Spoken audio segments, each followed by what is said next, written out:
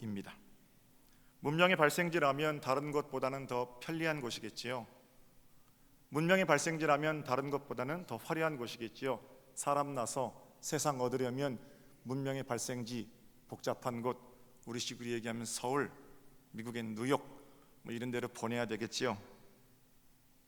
그런데 믿음의 조상의 삶은 사람들이 전부 가고 싶어하는 메소포타미아 문명의 발상지를 떠나면서 오히려 시작된다라는 겁니다. 아무리 살기 편한 도시라도 바로 그것이 우상의 도시였기 때문입니다. 그럼 우상이 뭡니까? 불상, 위패, 다른 종교의 신상, 이거 우리 해당 안 되는 얘기잖아요. 우리 중에 불상 앞에 가서 절하고 나무 앞에 가서 절하는 사람 없지요. 그럼에도 불구하고 우리로 하여금 계속해서 우상을 떠나라 이렇게 말씀하시는 것은 우리도 어떤 우상을 섬기고 있다는 겁니다. 무슨 우상입니까? 하나님의 자리에 들어와 있는 하나님 아닌 다른 것, 그게 우상이죠. 우르 지역은 발달된 문명으로 일신의 편안함은 확보했을지언정 하나님 한 분만으로 만족할 수 없는 자들이 사는 곳이었습니다. 좀 구체적으로 말씀드리면 우르 지역의 우상의 이름은 풍요입니다. 바알, 아세라 이런 신들이 우르 지역에 시작되었고 만몬, 자본이라는 우상도 그곳에서 시작이 되었습니다. 여호수아 24장에는 아브라함의 아버지에 대한 기록이 있는데 아브라함의 아버지 데라가 강 저편에서 우상을 섬겼다 이렇게 기록하고 있습니다. 아브라함은 우상의 도시에 살고 있었고 아버지인 데라도 우상 숭배자였던 겁니다. 언젠가 말씀드린 적이 있습니다만 아브라함과 그의 아버지 데라 사이에 떠나는 일에 대해서 이런 소문이 전승으로 전해져 옵니다. 데라는 우상을 숭배할 뿐 아니라 우상을 만들어 파는 제조업자였다고 합니다. 하루는 아브라함이 아버지가 하는 일이 마음에 안 들어서 아버지가 만들어 놓은 우상들의 산당에 가서 그 우상들을 다 때려 부수고 그 중에 가장 큰 우상의 손에 망치를 쥐어 놓았다고 하죠. 집에 들어온 데라가 노발대발해서 아브라함에게 묻습니다. 어떻게 된 일이냐? 아브라함이 대답하기를 아버지가 나가신 사이에 우상들끼리 싸움이 났습니다. 그리고는 가장 힘이 센 저 신상이 다른 신상들을 다 때려 부수었지요. 이렇게 얘기했습니다. 그때 데라가 화를 내면서 넌 그걸 말이라고 하느냐?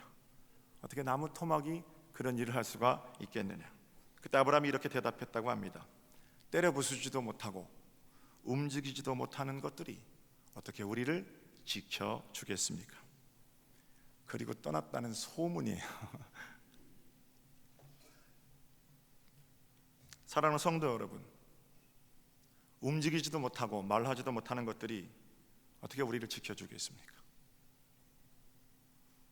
하나님이 계셔야 할 자리에 다른 것들을 모셔놓지 마십시오.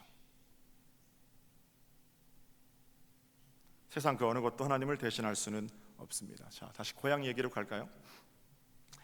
아무튼 아브라함의 고향은 우상의 도시였기 때문에 하나님께서는 아브라함에게 떠나라 이렇게 말씀하십니다. 믿음의 조상 삼으시기 위해서 우상의 도시를 떠나라는 겁니다. 저는 이 시점에서 저와 여러분에게도 떠나야 할 고향이 있다고 생각합니다. 우리의 고향은 본래 아름다운 곳이었습니다. 하나님을 경배하고 하나님께 예배하고 하나님을 찬양하는 그런 모습이 고향에서 행복하게 살던 내 모습입니다. 고향이 더럽혀졌어요. 그러면 고향을 박차고 일어나야죠. 그래야 복된 삶을 살 수 있는 거죠. 하나님을 사랑하는 사람들과 함께 즐거워하던 그 고향이 하나님과 아무런 상관이 없는 자들의 꾀임 때문에 악인의 간교함 때문에 더럽혀졌다면 거길 박차고 일어나야 복된 삶을 사는 겁니다. 어떠한 일이 있어도 하나님을 기뻐하는 여러분의 영적인 고향을 더럽히지 마십시오. 내 인생 어느 때 가장 행복했었는지 잘 생각해 보세요. 하나님이 내 인생 가운데 어느 때 가장 내게 복을 주셨는지 잘 더듬어 보십시오. 깨끗해야 돼요. 그래야 고향이 복된 땅이 되는 겁니다. 38년 전에 아버지 따라 소정리에 왔습니다. 태어난 곳은 아니지만 소정리는 저희 유년 시절의 거의 모든 기억이 담긴 곳입니다. 아버지였던 담임 목사님의 설교와 여기도 앉아 계시지만 교학 선생님들의 헌신적인 가르침으로 제 가치관도 신앙도 형성됐습니다. 장로님들이 어떻게 교회를 섬겨오셨는지, 권사님들이 어떻게 교회를 섬겨오신 저 잘 압니다. 살아있는 가르침이 제게는 되었습니다. 그렇게 섬겨야 한다고 나는 생각합니다. 여러분이 고등학교 공부도 시켜주셨고 대학원 공부까지 시켜주셔서 지금 여러 가지 사역을 감당합니다. 이번 한 주간만 해도 방송, 설교, 저 유명해지자는 게 아니라 그런 일로 촬영 스케줄도 많이 잡혀 있고요. 학교에 가서 강의도 합니다. 교수님 소리도 듣고 박사님 소리도 듣습니다. 다 서정교회 덕입니다. 그런 차원에서 서정교회는 제 고향이고 서정교회는 제 어머니 같은 곳입니다. 고향 깨끗해야죠. 부디 여러분 102년의 아름다운 전통 가운데에서 생각하고 행동하셨으면 좋겠습니다. 본교회라는 말이 특별히 저는 별로 좋아하는 말은 아닙니다. 그런데 본교회, 좋은 의미로 사용하자면 고향 같은 교회, 이게 본교회겠지요. 세계 어느 곳 살든지 서정교회는 많은 사람들의 본교회입니다. 뜨거운 눈물을 흘리며 주님을 만났던 주님 한 분만으로 진짜 행복해하는 본교회, 공의가 절대로 사랑을 앞설 수 없어요. 사랑이 충만한 은혜로운 교회, 우리 서정교회인 줄로 믿습니다.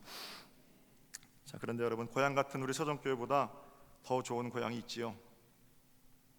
많이 가진 자나 덜 가진 자나, 많이 배운 자나 못 배운 자나, 어떤 형편을 살든지 고향에 대한 향수가 똑같은데, 믿는 자와 믿지 않는 자도 고향 똑같이 그리워하는데, 믿는 자와 믿지 않는 자가 가지는 결정적인 차이가 있습니다.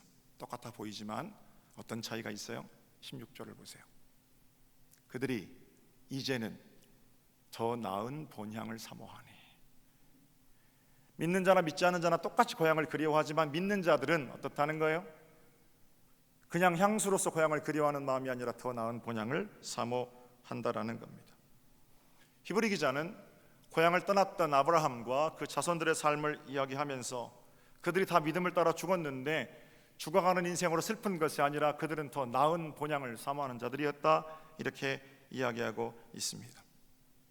자, 그럼 이스라엘 자손이 사모했던 더 나은 본향이 무엇이었는지 성경을 통해 한번 생각해 볼까요? 너는 본토 친척, 네 고향을 떠나서 내가 내게 지시할 땅으로 가라. 그 어디입니까? 가나안입니다. 그리고 아브라함은 75세에 떠나라는 명령을 듣고 가나안에 정착하여 아들도 낳고 손자도 낳고 살게 됩니다. 아브라함이 아들을 낳고요, 그 아들 이삭이 60세가 되어서 손자를 낳고 손자의 이름은 야곱이지요. 이삭과 야곱, 거기 성경은 이스라엘, 아브라함이 가나안에서 창대하게 되었다 이렇게 말합니다. 큰 민족을 이루게 된 아브라함 자손이 3대까지 거기 살고 가나안에서 그리고 떠나게 됩니다. 언제 떠납니까? 여러분이 잘 아시는 대로 식량이 없어서 팔레스틴 지역에 대흉년이 들어서 식량을 비축해놓은 이집트로 떠나게 됩니다. 성경의 날짜만 교수에 보더라도 갈대아 우르를 떠나서 가나안에서 아브라함 3대가 살던 시간은 215년입니다. 그리고는 이집트로 식량을 구하기 위해서 아브라함은 70명 식소를 데리고 떠나게 됩니다. 그들은 이집트에 정착하였습니다. 그럼 이집트가 그들의 고향이 되었느냐? 아니지요. 그렇게 식량을 얻으러 간 자들이 무려 430년 동안 이집트에서 종살이를 합니다. 민족의 지도자인 모세를 통하여 애굽 사람들을 신처럼 섬기며 무려 10세대가 지나도록 하나님 섬기는 거 다 잊어버린 우상 숭배자로 변해버린 종의 못된 근성을 가지고 있는 이스라엘 백성들을 출애굽시키십니다. 출애굽해서 이르게 된 땅이 어디입니까? 젖과 꿀이 흐르는 가나안 땅입니다. 그들이 양식을 빌기 위해서 400년 전에 떠났던 그 땅으로 하나님은 다시 돌아오게 하십니다. 그러면 두 번째 가나안이 축복의 땅이 되었느냐? 사실은 그곳에서 중동 지역의 맹주로 이스라엘을 성장시키시죠. 다윗 왕 때에는 이웃 나라들이 조공을 바치는 나라로 성장했고, 솔로몬 시대에도 그 영화는 유지되었습니다. 그러나 솔로몬 이후에 왕국이 분열되고 왕들이 이방신을 섬기기 시작하고 다시 우상 숭배자가 되자 하나님께서 아수르와 바벨론을 통해서 그들을 치시지요. 제가 아주 거칠게 이스라엘 역사를 지금 정리하고 있습니다. 아수르와 바벨론을 통해서 우상 숭배하는 당신의 백성들을 오랏줄로 묶어서 포로로 데리고 가십니다. 아이러니하게도 성경이 기가 막힌 것은 그들을 다시 묶어서 데리고 가신 곳이 어디예요? 아브라함이 처음에 떠났던 우르입니다.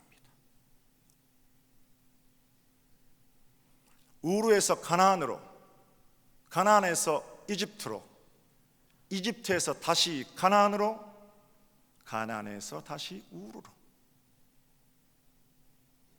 수백 년의 시간을 뛰어넘고 진행되는 일입니다만 돌고 돌아서 다시 그 자리로 오게 된 거죠. 더 나은 본향을 사모한다는데 우르에 살다가 더 나은 가나안으로, 더 나은 가나안에 살다가 더 나은 이집트로, 더 나은 이집트에 살다가 조금 다를 것 같은 가나안으로 다시 우르로. 여기서 우리 중요한 사실을 깨닫게 됩니다. 우리에게 참 안식과 복을 주는 진짜 고향은 어떤 특정한 장소가 아니라는 사실입니다. 히브리 기자가 말하고자 하는 더 나은 본향은 우르가 아니고 가나안이 아니고 이집트가 아닙니다. 믿는 자들에게 진짜 고향은 어느 곳이든 깨끗하고 정결해서 하나님께서 복을 주시는 곳, 바로 그곳이 믿는 자들의 고향이 됩니다. 반대로 말하면 우리가 깨끗하고 정결하게 살면 우르도 가나안도 이집트도 우리의 고향 될 수 있다라는 거죠. 이미 많은 개발이 진행되었습니다만 국제 평화의 도시 10년 전부터 아마 갈평 지역의 땅값이 들썩들썩 했나 봐요. 2006년도에 설교를 이렇게 썼더라고요. 그대로 읽어드리겠습니다. 국제 평화의 도시가 된다고 합니다. 땅값 오른다고 복된 땅 되는 것 아닙니다. 신토부리하자고 데모한다고 내 땅 지킬 수 있는 것 아닙니다. 어떤 곳이든 어떤 모양이든 하나님이 모든 것들의 주인이 되실 때 진짜 복을 사는 겁니다. 월세로 살아도 전세로 살아도 자기 집에 살아도 그것 때문에 고향이 가깝다고 하지 마십시오. 하나님 앞에서는 다 거기서 거기지요. 초막이든 궁궐이든 내 주 예수 모신 곳, 하나님께서 다스리시는 곳이 진짜 고향이고 보이는 그 고향에 있다 있는 보이지 않는 더 나은 본향의 삶을 사는 자들이 그리스도인들입니다. 10년 전에 했던 설교, 이제 제 와이프가 와서 10년 전에 설교 잘 썼지요? 그 말 하지 말라는데 아무리 읽어봐도 잘 썼어요. 여러분의 가정이 진짜 고향의 좋은 모델이 되기를 주님의 이름으로 축복합니다. 102년 된 우리 교회가 그런 좋은 모델이 되어야 돼요. 더 이상 아파서는 안 됩니다. 한 가지만 더 생각해 볼까요? 이렇게 더 나은 본향을 사모하면서 기쁨으로 찬송하며 살다가 우리는 모두 진짜 고향으로 돌아갈 겁니다. 16절을 보세요. 그들이 이제는 더 나은 본향을 사모하니 곧 하늘에 있는 것이라. 이러므로 하나님이 그들의 하나님이라 일컬음 받으심을 부끄러워하지 아니하시고 그들을 위하여 한 성을 예비하셨느니라. 100번 1000번 이사를 가도 우리의 내면이 변하지 않으면 그 천국 아니라는 거고요. 어디 있든지 우리 삶이 하나님께로 열려 있으면 주님 말씀하세요, 제가 들을게요, 이런 자세를 가지고 살면 거기가 고향인데, 그저 우리가 살아가는 눈에 보이는 하나님 나라가 있을 뿐만 아니라 하나님께서 우리를 위해 예비하신 한 성이 있다는 거예요. 우리가 마침내 이르게 될 그 더 나은 본향에 대한 소망으로 이 땅 가운데에서 하나님 나라를 살아낼 수 있다라는 거죠. 그럼 어떻게 사는 거냐면요, 하늘 기쁨을 자꾸 맛보는 거예요. 저희 장모님, 장인어른께서 당연리에다가 집을 지셨어요. 우리 처남이 이제 아버지 연세가 좀 있으면 80 가까워지시는데 모시고 살아야 되겠다고 그동안 제 아파트에 사시다가 이제 합쳤어요, 집을. 그래서 당연히로 들어갔는데 그 유경섭 집사님이 거기 설계해가지고 집을 잘 지었습니다. 양쪽에 아버지 어머니 사시고 이쪽에 네 식구 살고. 근데 그 집을 지을 때 제가 이제 전화를 하는 거예요. 처남, 우리 이준희 집사거든요. 처남 지금 어디 있어? 매형, 저 지금 집 짓는 데 있어요. 일 안 해? 아주 집 짓는 게 궁금해가지고요. 또 제자 훈련하니까 처남 지금 어디 있어? 아, 매형 저 집 짓는 데 있어요. 일 바쁜 사람인데 매고 집 짓는 데 가 있는 거예요. 자기가 짓는 것도 아니면서. 그 왜 가는 겁니까? 내가 들어갈 집이잖아요. 내가 들어갈 집은 자꾸 가서 보고 싶은 게 집 짓는 사람의 마음이잖아요. 천국이 진짜 내가 들어가 살 집 같으면은요, 자꾸 가서 들여다 보는 겁니다. 내가 들어가 살 집이라는 게 안 믿어지니까 죽음 뒤엔 난 몰라요. 이런 흐리멍텅한 믿음이니까 천국을 예표하는 교회 일들에 대해서 기쁨을 못 느끼는 거죠. 내가 이사갈 천국 집이 보이지 않아요? 믿음을 점검해야죠. 그럼 우리 천국 삶을 살려면 어디 가야 합니까? 믿는 사람들의 모임에 자꾸 가야 합니다. 새벽기도 아침에 나와서 기도하고 돌아갔는데 또 오고 싶어지고, 수요일에도 최선을 다해서 참석하고, 금요일 속회 모일 때마다 기쁨으로 나오고, 주일 예배 물론이고, 자꾸 교회를 통해 주시는 천국 맛을 보고 사는 겁니다. 그게 내가 들어가 살 집, 내가 지금 거룩으로 건축하고 있는 집, 그 집을 사는 기쁨이겠죠. 말라위 얘기는 조금만 하라니까 이제 조금만 하겠습니다. 수요일 아침에 권사님 한 분이 오셨어요. 내년에 퇴직이신데 1,000만 원이 든 봉투를 가지고, 목사님 나도 우물 하나 팔 수 있나요? 그날 오후에도 권사님 두 분이 오셔서 봉투에 돈을 넣어가지고 50만 원씩 헌금하고 싶어요.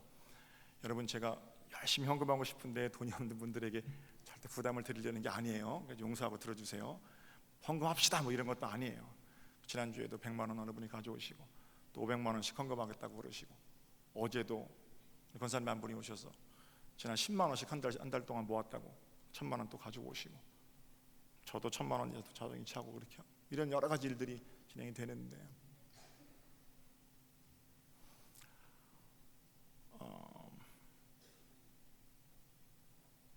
헌금만 잘한다고 신앙생활 잘하는 거냐? 그런 말 하지 마세요. 그건 박수 쳐줄 일이에요. 100만 원 헌금했다는 건 100만 원만큼 편안한 양보하는 거죠. 그거 필요하지 않은 사람이 어디 있어요? 10만 원 헌금하고 1만 원 헌금하면 10만 원어치, 1만 원어치의 편리함을 내려놓는 거 아니에요? 그런 겁니다. 근데 보물이 있는 곳에 마음이 있어요. 말라위에 복된 일들이 이제 할 건데, 그렇게 교회가 하는 일들에 대해서 궁금해지고, 그게 내 관심이 되고, 그 위해서 기도하게 되고, 그러면 하나님께서 하늘 기쁨으로 채워 주시는 거죠. 천국이 멀리 있는 게 아닙니다. 어떤 분들은 죽었다가 천국 보고 왔다 그러고, 기절했다가 천국 이렇다더라. 이 다 거짓말이에요. 천국은 우리가 행하는 손의 일 가운데 있습니다. 화낼 일에 용서를 선포하고, 슬퍼할 일에 기쁨으로 응대하고, 절망의 자리에서 하늘 소망으로 다시 일어서는 바로 그 자리가 천국이고, 그렇게 이 땅에서 천국을 미리 맛보며 사는 자들이 마땅히 상급으로 받아야 할 자리가 더 나은 모양, 하나님께서 예수 그리스도의 보혈로 우리를 이끌어내시는 복된 하늘나라입니다. 바라긴 이 땅에서 한 주간의 삶을 천국처럼 사셔서 하나님 나라를 앞당겨 살고, 때가 되어 주님 우리를 부르실 때 더 나은 본향의 기쁨으로 이르는 복 있는 여러분들이 되시기를 우리 주님의 이름으로 축복합니다. 몇 번 하고 인사하세요. 몇 번 하고 뭐라고 인사하냐면, 더 나은 본향을 사모합시다, 이렇게 사십시오.